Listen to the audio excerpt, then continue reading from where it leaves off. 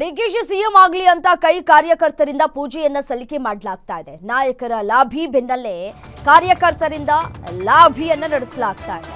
ಬಾಗಲಕೋಟೆಯ ಜಮಖಂಡಿಯಲ್ಲಿ ಯೂತ್ ಕಾಂಗ್ರೆಸ್ನಿಂದ ಪೂಜೆಯನ್ನ ಸಲ್ಲಿಕೆ ಮಾಡಲಾಗ್ತಾ ಇದೆ. ಜಿಲ್ಲಾ ಯುವ ಘಟಕದ ಅಧ್ಯಕ್ಷ ಕುಮಾರ್ ನೇತೃತ್ವದಲ್ಲಿ ಹರಕೆಯನ್ನ ಹೊತ್ತುಕೊಳ್ಳಲಾಗಿದೆ. ಕಲ್ಲೊಳ್ಳಿ ಗ್ರಾಮದ ಶ್ರೀ ವೆಂಕಟರಮಣ ದೇವಸ್ಥಾನದಲ್ಲಿ ಪೂಜೆಯನ್ನ ಮಾಡಲಾಗಿದೆ. ದೇವರ ಮುಂದೆ ಡಿಕೆಶಿ ಫೋಟೋ ಇಟ್ಟು ವಿಶೇಷವಾಗಿ ಪೂಜೆಯನ್ನ ಸಲ್ಲಿಕೆ ಮಾಡಿದ್ದಾರೆ. ದೇಗುಲ ಮುಂಭಾಗದಲ್ಲಿ 1001 ತೆಂಗಿನಕಾಯಿ ಒಡೆದು ಪ್ರಾರ್ಥನೆಯನ್ನ ಸಲ್ಲಿಕೆ ಮಾಡಲಾಗಿದೆ.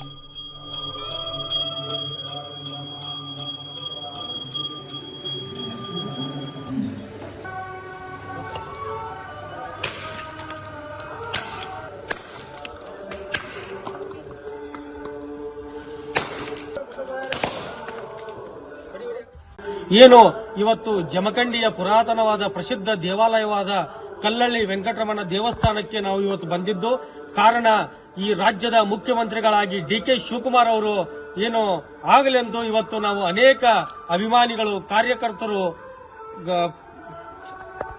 ಶಿವಕುಮಾರ್ ಸಾಹೇಬರು ಈ ರಾಜ್ಯದ ಮುಖ್ಯಮಂತ್ರಿಗಳಾಗಲಿ ಎಂಬ ಆಶಯದಿಂದ ಇವತ್ತು ನಾವು ಜಮಖಂಡಿಯ ಪ್ರಸಿದ್ಧ ಪುರಾತನವಾದ ಕಲ್ಲಳ್ಳಿ ವೆಂಕಟರಮಣಕ್ಕೆ ಬಂದು ಡಿಕೆ ಶಿವಕುಮಾರ್ ಅವರ ಫೋಟೋಕ್ಕೆ ಪೂಜೆ ಮಾಡಿಸಿ ಹಾಗೆ 1001 ತೆಂಗಿನಕಾಯಿಗಳನ್ನು ಒಡಿಸಿ ಇವತ್ತಿನ ದಿನ ನಾವು ದೇವರಿಗೆ ಬೇಡಿಕೊಂಡಿದ್ದೇವೆ. ಅದೇ ತೆರನಾಗಿ ಸುಮಾರು 50 ವರ್ಷಗಳ ಕಾಲ ಕಾಂಗ್ರೆಸ್ ಪಕ್ಷದಲ್ಲಿ ಸೇವೆ ಸಲ್ಲಿಸಿದಂತ ಡಿಕೆ ಶಿವಕುಮಾರ್ ಅವರು ಈ ರಾಜ್ಯದ ಮುಖ್ಯಮಂತ್ರಿಗಳಾಗ್ತಾ ಇದ್ದಾರೆ ಅನ್ನೋ ಖುಷಿ ಒಂದ್ ಕಡೆ. ಹಾಗೆ ಡಿಕೆ ಶಿವಕುಮಾರ್